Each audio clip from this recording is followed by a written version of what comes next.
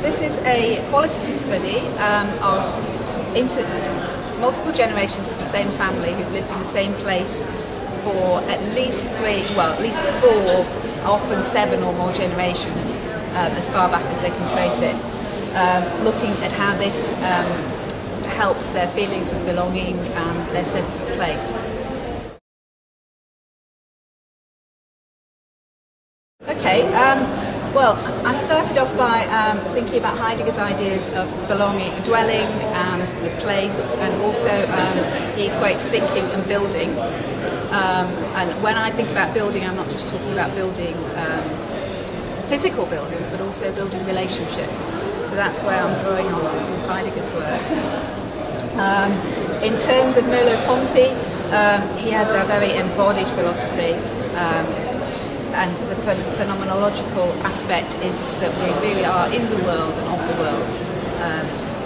And this is how I'm trying to access individuals' viewpoints of their own world, rather than looking at it from the outside, which is why one of the reasons why I'm using photo diaries, to get their perspectives on their world.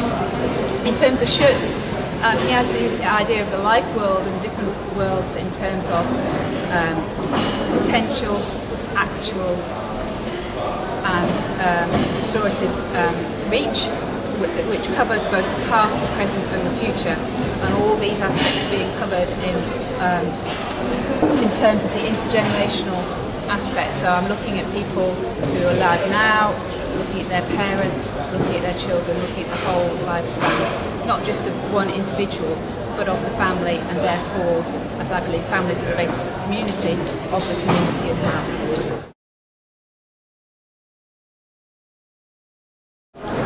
Well, I'm currently partway through my fieldwork. I'm doing biographical interviews. I've spoken to about 20 individuals so far who come from about 5 or 6 families.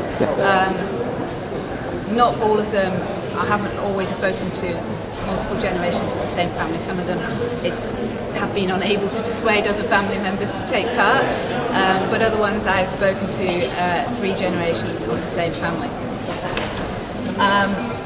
I'm taking not just the biography of those individuals, but also many of the people I've spoken to have done considerable amount of family history research and have been able to tell me about previous generations.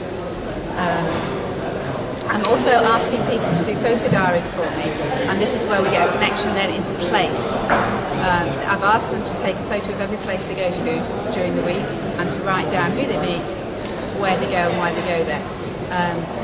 All the diaries I've had back so far, although there's a lot still outstanding, have been completed by people in their 60s or 70s who have put in an awful lot of detail into the written diary, far more than I asked for, which is brilliant. Got really detailed diaries. And photos, I have had some problems with photos in that the photos have been taken to look like traditional photos, rather than photos being taken of just the outside of a building. They try to make it look like what we would expect a photo to look like. But after I receive the photos back, I then go back to the respondent and do a second interview and speak to them about the photo, and this is where I get a lot of very rich data coming out from the photo. For example, one lady said to me, looking at a picture of the central town, of where she lives, she said, "Oh, that building there used to be the co-op. My parents used to work at the co-op, but not that one, not that building. They worked somewhere else." But that's how they met, and then you get all these other stories coming out just from that one picture, which is really, really good, and also it gives people a different perspective on the place where they live when they see it in the photo as well. I'm also using observational data. I spent time in the town going to events and that sort of thing as well. I'm halfway through my PhD, so halfway through my second year of fieldwork. I hope to complete by September 2011.